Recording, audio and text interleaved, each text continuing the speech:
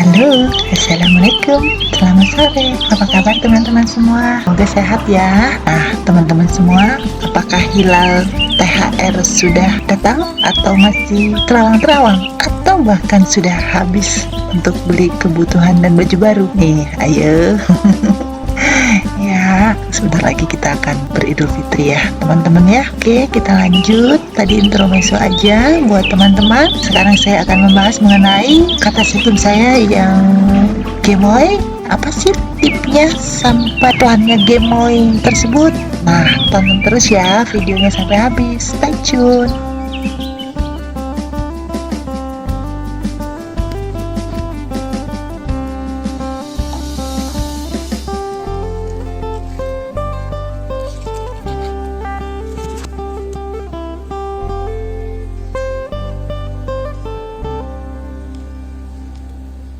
Ini beberapa plan saya waktu itu di bulan Januari ya, kalau tidak salah ada di video sebelumnya mengenai pindah tanam umbi katasetum ke media tanam ya. Ada media tanam menggunakan pot botol bekas dan ada juga yang papan pakis maupun papan pinus.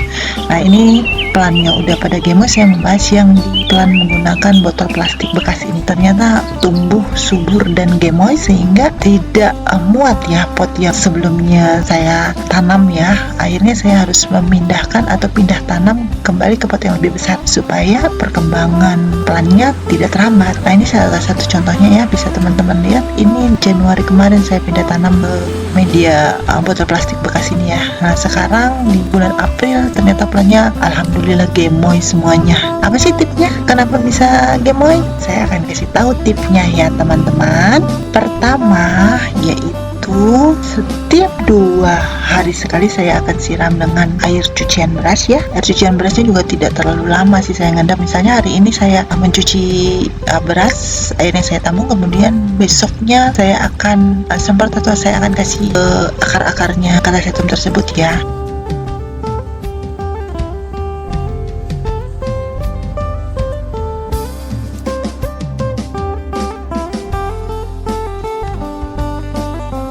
Dan yang kedua adalah tipnya ramuan. Nah, ramuan khusus nih. Saya menggunakan 3 bahan, murah meriah, bahan bakunya alami, sederhana, dan ramah lingkungan. Itu bawang putih, bawang merah, lidah buaya. Manfaatnya apa? Manfaatnya banyak. Kenapa saya menggunakan bahan-bahan tersebut? Karena referensinya banyak sekali ya. Dari bahan tersebut jadi dia bisa JPT ya. Kita bikin JPT, mudah, murah, dan berkualitas.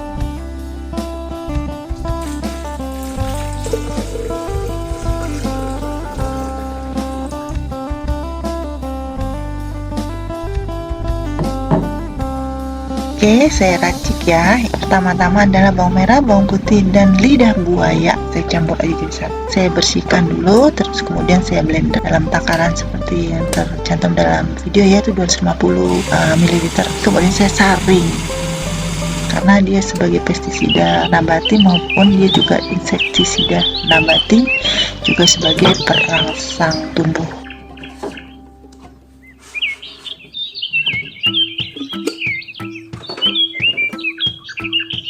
Karena lidah buaya, bawang merah, dan bawang putih itu mengandung hormon auksin dan giberelin, yang mana keduanya hormon itu sangat dibutuhkan oleh tanaman loh. Salah satunya adalah seperti fungsi hormon auksin mempercepat pertumbuhan tanaman, mempercepat proses perkecambahan, membantu proses pembelahan sel, dan lain-lain ya.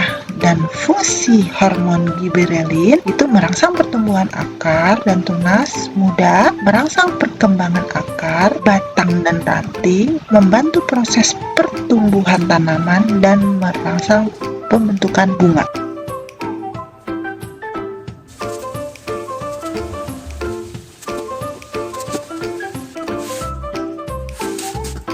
Yang ketiga adalah pestisida nabati dan insektisida nabati karena mengandung senyawa asetogenin dalam jumlah tinggi akan bekerja untuk melindungi tanaman. Makanya saya bawang merah sama bawang putih yang ini kulitnya saya tidak buang. Sedangkan insektisida nabatinya itu atau biopestisida alami karena ada beberapa hama serangga yang tidak menyukai bau bawang putih. Jadi bisa dijadikan insektisida nabati.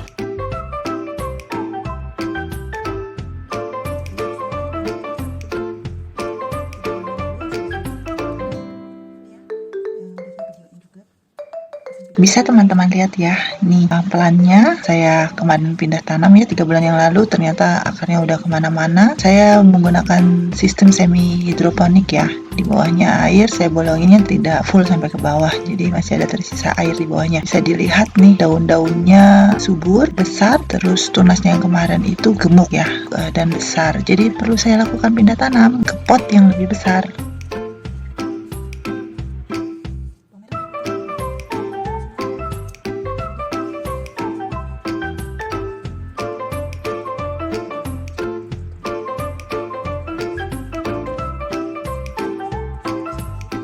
Larutan tadi dari bawang merah, bawang putih, dan lidah buaya saya akan lap ke bagian daun. Biasanya saya lakukan 2 minggu sekali ya, ke seluruh batang daun dan bulb dari Katasetum maupun dari anggrek-anggrek lainnya ya, seperti keti, dendro, dan bulan dan sebagainya. Jadi ya memang fungsinya sangat banyak. Untuk spider mite sendiri di rumah saya itu banyak sekali ya.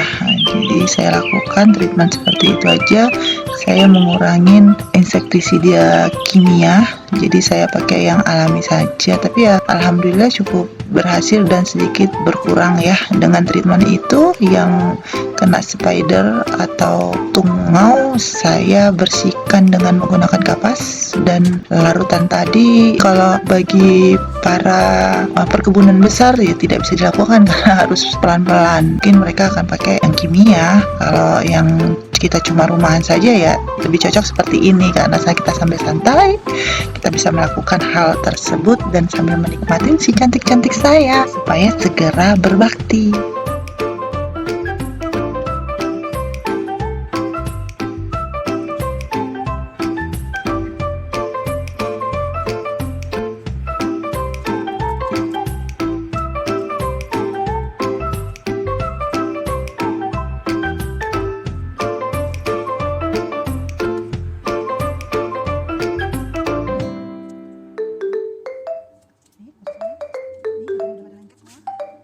Supaya tidak menguap akarnya, saya harus kasih air.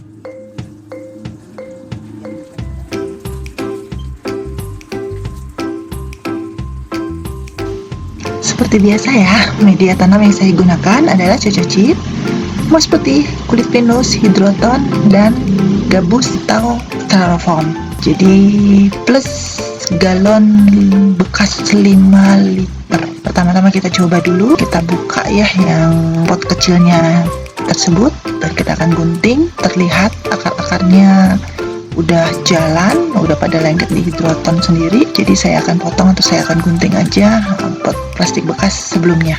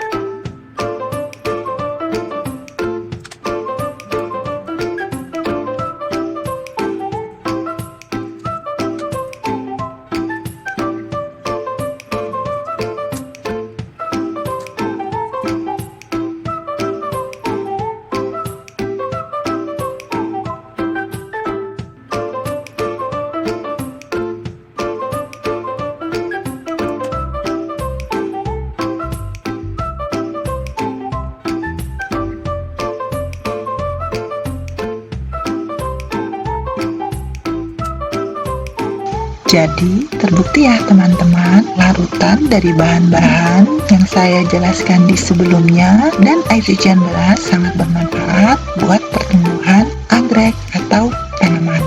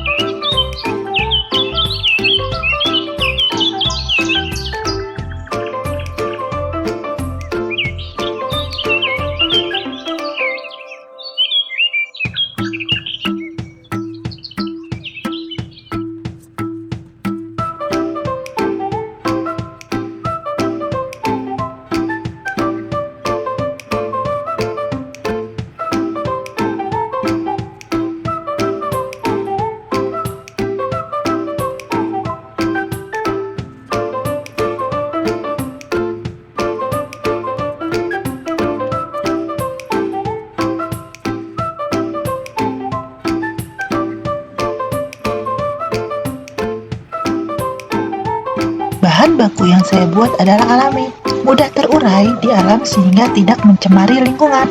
Relatif lebih aman bagi manusia karena residunya mudah hilang.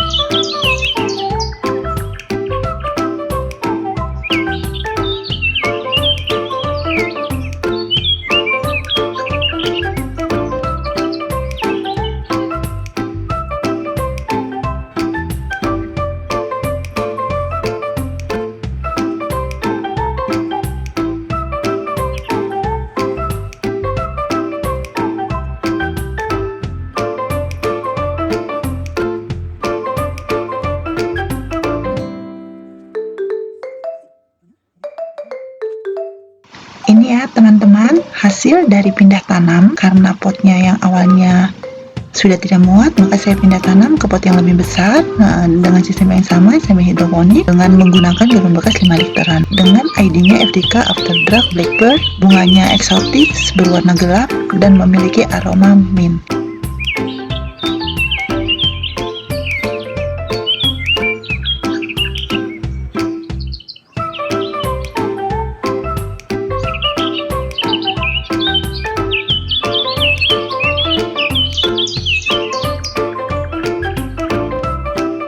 Demikian video dari saya, semoga bermanfaat. Silahkan dicoba. Bye bye. Assalamualaikum.